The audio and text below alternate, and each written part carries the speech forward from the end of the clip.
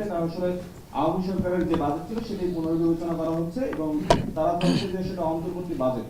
এবং আরেকটা হলো সরকারি কর্মচারীদের যে মহার্ঘ ভাতা নিয়ে সরকার চিন্তা করছে, সেটা নিয়েও আসলে তারা আপত্তি জানিয়েছেন যে এই সময় মহার্ঘ ভাতার এই চিন্তাটা আসলে সরকারের জন্য একটা বর্তমান সাধারণ জনগণের উপর একটা চাপ বাড়বে, কারণ যেহেতু আয় বাড়ছে। এ ব্যাপারে আসলে সরকারের অবস্থানটা কি? আমরা অন্তর্বর্তীকালীন সরকার বাজেট নিয়ে কাজ করছে। আপনি জানেন যে বাজেটের জন্য যেটা সবচেয়ে প্রয়োজনীয় বিষয় সেটা রেভিনিউ বাড়ানো।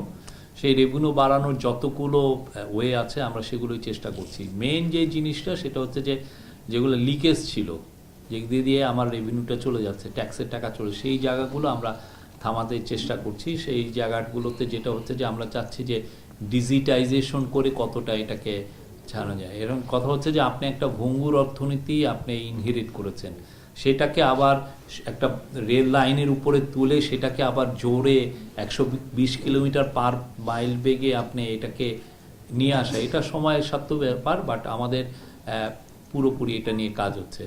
আর অন্যান্য পার্টিগুলো কি করছে জানি না, এটা আমাদের নৈতিক দায়িত্ব। সেটা হচ্ছে বাংলাদেশের রেভিনিউ সিস্টেমকে ঠিক করা, একটা ভালো একটা বাজেট বাংলাদেশের মানুষকে উপহার দেয়া, যাতে করে আমাদের ডেভেলপমেন্টে যে কাজগুলো আমরা করছি যেগুলো খুবই ভাইটাল সেগুলো যেন করতে পারি। তারপরে সোশ্যাল সেফটি নেটে আপনি প্রচুর লোকের সোশ্যাল সেফটি নেট দেখতে এটা করতে পারি। আর এই যে সরকারি কর্মচারীদের টাকা পয়সার যেটা বললেন, সত্যিকার অর্থে বাংলাদেশের যারা সরকারি কর্মচারী খুবই কম বেতন পান, খুবই কম। আপনি জাস্ট ইন্ডিয়ার বেতনগুলো নিয়েন, আপনি কম্পেয়ার করে দেখেন 1/3 অলমোস্ট কিছু কিছু ক্ষেত্রে। এইটা তো অমানবিক একটা বেতন দেওয়া হয়, তাদেরকে মহার্ঘ ভাতা দেওয়া হচ্ছে এবং এটা আমার মনে হয় খুবই যুক্তিযুক্ত। আপনি যদি আশেপাশের সমস্ত দেশের আপনি বেতন কাঠামো দেখেন, খুবই কম বেতন পায় বাংলাদেশের লোকরা। একটা আপনি প্রাইমারি স্কুলের একটা টিচার যিনি সারাটা দিনই থাকেন, আপনি দিন শেষে কত টাকা বেতন পায়? একটা ট্রাফিক পুলিশম্যান, তাকে আমি বলছি সে তার 6 ঘন্টা 8 ঘন্টা ডিউটির কথা, অনেক সময় 12 ঘন্টা ডিউটি করতে হয়, এবং কি ভয়াবহ একটা পরিস্থিতির মধ্যে। এবং যখন উত্তপ্ত আকাশ, যখন মানে বায়ু যখন উত্তপ্ত থাকে তখন নিয়ে নেয়, কিন্তু বেতন কত পান আপনি? এটা নিয়ে ওনারা যখন এটা বলেন যে সরকারি কর্ম, ওনাদেরকে এটা তো বলা উচিত, ওনাদের আশেপাশের বেতনগুলো দেখে। তারপরে আমরা যদি অনেক ল্যাভিশ বেতন নিতাম, তাহলে একটা সরকারি সেক্রেটারি সর্বসাকুল্যে বেতন পান হচ্ছে $1,200।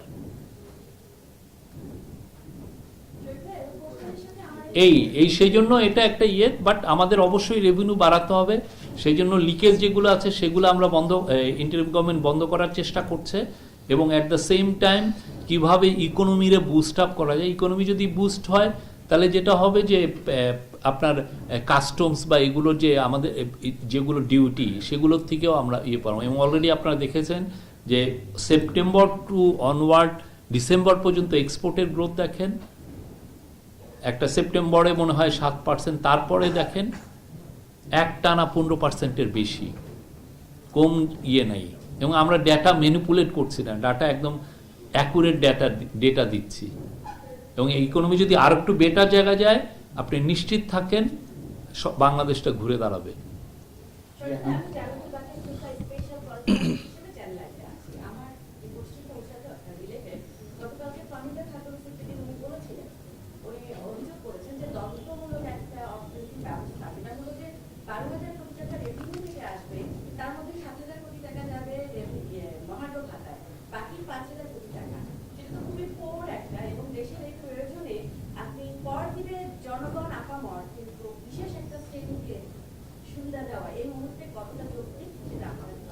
আমি তো বললাম আপনার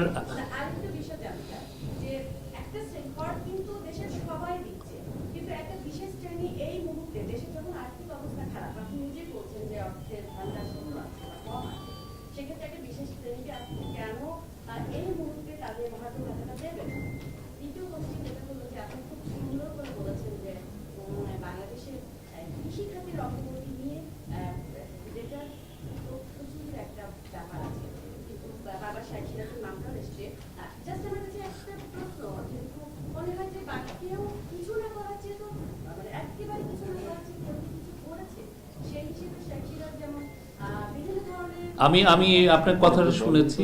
শাইখ সিরাজের প্রসঙ্গটা এই জন্য আসছে, উনি ওনার যে জার্নালিজমটা আমরা সবাই রেসপেক্ট করি, উনি বাংলাদেশের এগ্রি জার্নালিজমে উনি নতুন চিন্তার খোরাক নিয়ে এসছেন, কিন্তু হয় কি অনেক সময় সরলীকরণ হয়েছে। সরলীকরণটা এটা একটা একটা জিনিস, তো শুধুমাত্র টাকার অঙ্কেই তো সবকিছু না। আপনি একটা কুল বড়ই আপেল কুল চাষ করলেন, সেটা হয়তো আপনার 5 লাখ টাকা এইবার হলো, আগামী বছর কি এটা আছে? এখন আপেল কুল কেউ চাষ করে? এই রিপোর্টটা কেউ করেছে? কেন করছে না আপেল কুল চাষ? না, এটা আমি বলছি যে ওনার দ্বারা তো অনেকে ইন্সপায়ার্ড হচ্ছেন, ওনার দ্বারা অনেকে ইন্সপায়ার্ড, জেনারেশন অফ জার্নালিস্ট ওনার দ্বারা ইন্সপায়ার্ড হচ্ছেন, ওনার অনুষ্ঠানটা অনেকে দেখেন। তো ফলে যেই জার্নালিজমটা উনি ইন্সপায়ার করছেন, সেই জার্নালিজমের মধ্যেও তো ক্ষত আছে। সেটা আমি এই জন্য বলছি যে আপনি এটা হলিস্টিক ওয়ে, সাস্টেনেবল ওয়েতে এটা করা উচিত, আমরা সেই কথা বলছি। আর বেতনের ইয়েটা বললেন যে 7,000 কোটি টাকা, আমরা বলছি তো আমাদের মহার্ঘ ভাতাটা দেওয়া খুবই যুক্তিযুক্ত। আপনি সরকারি কর্মচারী কত টাকা বেতন পায়? আপনি একটা প্রাইমারি স্কুলের, আপনি জানেন একটা প্রাইমারি স্কুলের টিচার কত টাকা বেতন পান?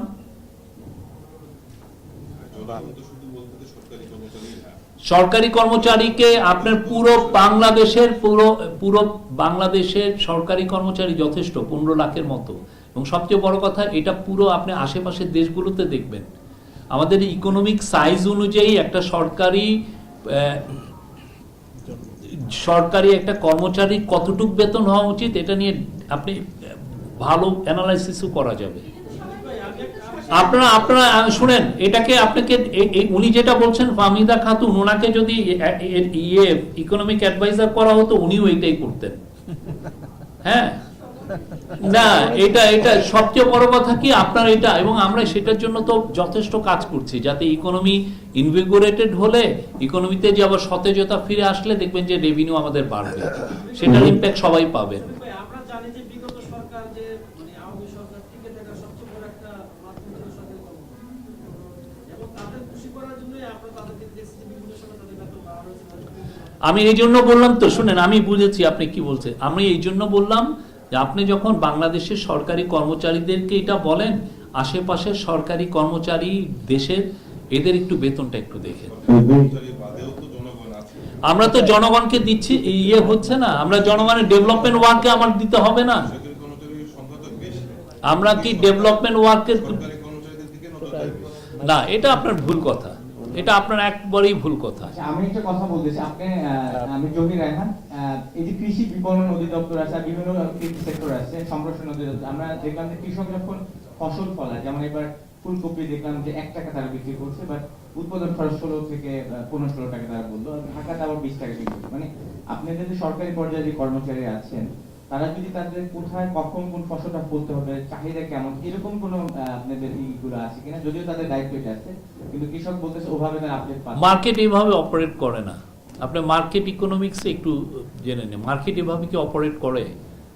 সরকার কি এভাবে এটা মার্কেটের উপর তো ছেড়ে দেয়। এটা আপনি যখন পণ্য উৎপাদন করেন, ইউ টেক এ রিস্ক, ঠিক আছে? সেই রিস্কে অনেক সময় যে মার্কেট গ্লাট হয়, মার্কেট গ্লাট হলে আপনি অ্যাফেক্টেড হন। এটা হচ্ছে পুরো এগ্রিকালচার, পুরো ওয়ার্ল্ড ওয়াইড এটা একটা ফিনোমেনা। এটা যে আপনি ভাবেন যে শুধু বাংলাদেশে হচ্ছে, সেটা কিন্তু না। না হোক, আমাদের তাদের প্রোটেকশন দেওয়া উচিত। হ্যাঁ, সেরকম রিচ তো আমরা না। আমি যেটা করে, ইউরোপে যেটা করে, তাদের যেই উৎপাদন করে আপনি কৃষিতে ম্যাসিভ তারা সাবসিডি দেয় এবং তাদেরকে বাঁচিয়ে রাখে, বা জাপানে এটা দেয়, তারা রাইস ফার্মিংটাকে এভাবে বাঁচিয়ে রেখেছে। তো আমরা তো অত রিচ না। আমি রেভিনিউ তো কালেক্ট করতে পারি না, ঠিক না?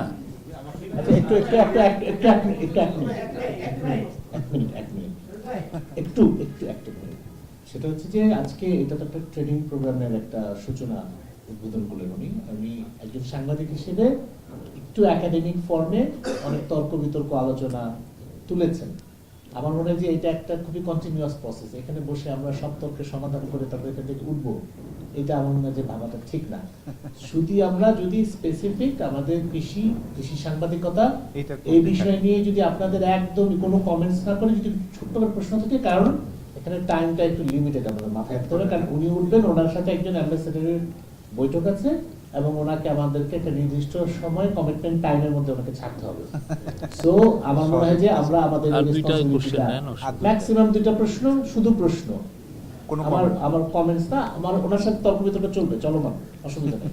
যে আবার সাংবাদিকতা যখন ফিরবে তখন আমরা তখন পৌঁছান, তাহলে একদম সমানে টনকে টন লিখে নাও। আচ্ছা, উনি আর আমরা দেখেছি যে এখন কিন্তু চড়া মূল্যস্ফীতি, আপনি সাংবাদিকতা করেছেন, মানুষকে স্বস্তি দেওয়ার বিষয়টা সব থেকে নিবিড়ভাবে আপনি বুঝবেন। তো এই সময়টা সঠিক ছিল কিনা এটা একটা প্রশ্ন। এবং আমরা দেখেছি ভ্যাটের ক্ষেত্রে সরকার আবার তাদেরকে সাধুবাদ জানায় যে পিছিয়ে এসেছেন, রেস্তোরাঁর ক্ষেত্রে বা কিছু কিছু ক্ষেত্রে আবার তারা সরে এসেছেন। তার মানে কি সরকারও বুঝতে পেরেছেন যে, বা এনবিআর বুঝতে পেরেছেন যে সময়টা আসলে সঠিক ছিল না, অথবা তাদের আসলে ফিজিবিলিটি স্টাডি না করেই বা ইম্প্যাক্ট অ্যাসেসমেন্ট না করেই হয়তো সিদ্ধান্ত নিয়েছিল কিনা। এবং সামনে যেহেতু রমজান আসছে, এটা নিয়ে মানুষের মধ্যে আসলে এক ধরনের একটা অস্বস্তি তৈরি হচ্ছে যে উচ্চ মূল্যস্ফীতির সময় এই সিদ্ধান্তটা নেওয়া কতটা যৌক্তিক হলো। এখন আপনারা আবার নতুন করে কিছু ভাবছেন? না, আমরা কনফিডেন্ট যে আপনি দেখেছেন যে আমরা কিন্তু ইন্টারেস্ট রেটটা হাই করেছি অ্যাগ্রেসিভলি, এবং এটা সামনে আরও হতে পারে ইন্টারেস্ট রেট হাই।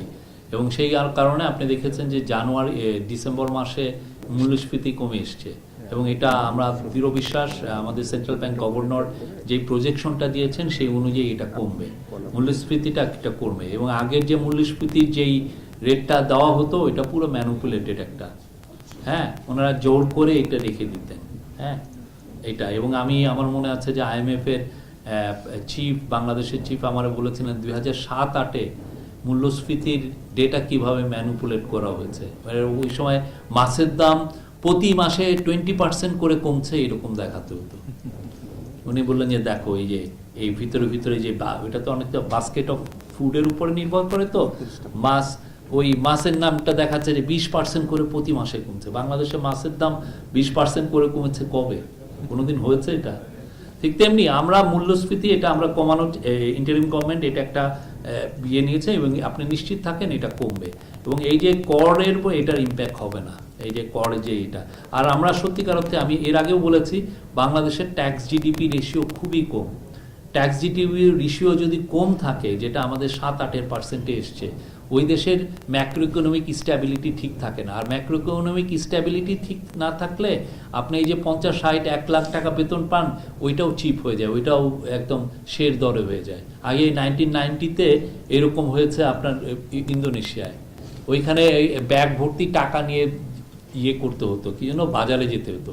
তো আমরা খুব seriously interim government macro economic স্ট্যাবিলিটিটা রেস্টোর করতে হচ্ছে। আর ম্যাক্রো ইকোনমিক স্ট্যাবিলিটি রেস্টোর করতে হলে আপনার দেশের ট্যাক্স জিডিপি রেশিও বাড়াতে হবে। বিকজ আপনি যেই ঋণ ওনারা করে গেছেন, সেই ঋণের টাকা তো আমাদের দিতে হচ্ছে, এই দায় তো আমার নিতে হচ্ছে। কোটি বিলিয়ন ডলার দিয়ে করেছেন, আনোয়ারাতে উনি 450 কোটি টাকা করেছেন। ওনার কোনো ধারণা আছে? যেগুলো দরকার ছিল না সেই সমস্ত প্রজেক্ট নিছেন, এবং ওই যে ঋণের টাকা সেটা কে দিতে হচ্ছে? বাংলাদেশ গভর্নমেন্ট, বাংলাদেশের মানুষকেই তো দিতে হচ্ছে। আর ওনারা বড় বড় কথা বলেন, চোর ইকোনমিক করে গেছেন, আবার বড় বড় কথা বলেন। উনি অনেক যাচ্ছিল। কৃষকের ন্যায্য মূল্য এবং কৃষি আমি আতাউর রহমান, এখন টিভি থেকে। কৃষকের যে ন্যায্য মূল্য বা কৃষি পণ্যের যে ন্যায্য মূল্য, যেটা বাজারে প্রতিফলন হয় বা আমরা দেখতে পাই, যেটা ভাই বলছিলেন যে সিন্ডিকেট মুসলিম চালের বাজারটা, ওই যে লাল শার্টটাকে দেন, অনেকক্ষণ চেষ্টা করছি, ওই যে লাল শার্ট। এই বাজার ব্যবস্থাপনায় আসলে কি সিন্ডিকেট ভাঙা এবং প্রতিযোগিতামূলক বাজার ব্যবস্থাপনা চালুর বিষয়ে আসলে আপনাদের কি ধরনের কাজ, যেটা বিগত 4-5 মাসে ওইভাবে সামনে? আমরা অলরেডি, আপনি ডিমে একটা সিন্ডিকেট ছিল, আমরা ডিমের সিন্ডিকেটটা ভেঙেছি। অন্যান্য অনেক পণ্যতেই হয়েছে। আর এখন দেখেন যে অনেকটা, আপনি শুধুমাত্র সিন্ডিকেটের উপরে তো আপনি দোষ চাপ পারলে হবে না, অবশ্যই সিন্ডিকেট আছে, কিন্তু অ্যাট দ্য সেম টাইম আপনার মার্কেটে সাপ্লাই আর ডিমান্ডের আপনার ডায়নামিক্সটা দেখতে হবে। আপনার এখন কফির অনেক সাপ্লাই হয়ে গেছে মার্কেটে, আপনি কোনো সিন্ডিকেটই এর দামটা বাড়াতে পারতেছে না। এখানে হলো আপনার মার্কেট গ্লাট হয়েছে, মার্কেটে এমন সাপ্লাই এসছে, মার্কেট কলাপস করছে। তো সেই জায়গাটার জন্য আপনি যেই ধরনের ইকোনমিক্স চাচ্ছেন সেটা ওয়েস্টে আছে। সেখানে রিটেলিংটা পুরো অর্গানাইজড, আমাদের রিটেলিং তো অর্গানাইজড না। আপনি ইচ্ছা করলে এটা আমরা ওই দিকে যাচ্ছি, আমরা ওই জায়গায় যাব, কিন্তু কথা হচ্ছে এই অ্যালং দ্য ওয়ে এই সমস্ত সমস্যাগুলো আমাদের দেখতে হচ্ছে। আর একটা হচ্ছে যে আপনার সত্যিকার অর্থে মার্কেটের ডেটার যদি সমস্যা থাকে তাহলে এই ধরনের অনেক সময় ইয়ে হয়ে যায়। আপনি ডেটা বলতেছে যে বাংলাদেশে আলু অনেক হয়েছে, কিন্তু আসলে তো হয়নি। শফিক ভাই, আমি সাগর বলছিলাম এনটিভি থেকে। আচ্ছা, আমার প্রশ্ন একটু খাদ্য নিরাপত্তা নিয়ে। সেটি হচ্ছে যে আমরা জানি যে আপনাদের উপরে অনেক বড় একটা বোঝা আছে, ঋণের বোঝা, কিন্তু বাংলাদেশে মানুষের খাদ্য তালিকাতে এমনিতেই পুষ্টিকর খাবারের আসলে যে অনুপাতটা অনেক কম। তো এরপরে যে সকল স্বাভাবিকভাবে ফলমূল যেগুলো ছিল সেগুলোর আগে একটা বড় ধরনের ভ্যাট ট্যাক্স ছিল, এর উপরে আরো বাড়ানো হয়েছে। তো সেক্ষেত্রে আসলে আমাদের সাধারণ যে মানুষ রয়েছেন তারা আসলে এই পুষ্টিকর খাবারগুলোর প্রাপ্তিতার ক্ষেত্রে আসলে তাদের জন্য বড় একটা বাধা হবে কিনা নতুন করে ভ্যাট? না, আমার মনে হয় না। আপনি 1-2 মাস পরে কোনো সংস্থা দিয়ে আপনারা মার্কেট যাচাই করে দেখেন এটা হয় কিনা। এখনই আপনি মানে প্রেডিকশন করতে পারেন না যে এটা হবে। আপনি দেখেন, সার্ভে করেন, করে 2 মাস পরে দেখেন যে সত্যিকার অর্থে এইটা ইম্প্যাক্ট করেছে কিনা। Thank you. আমার মনে হয় একটা কথা বলি,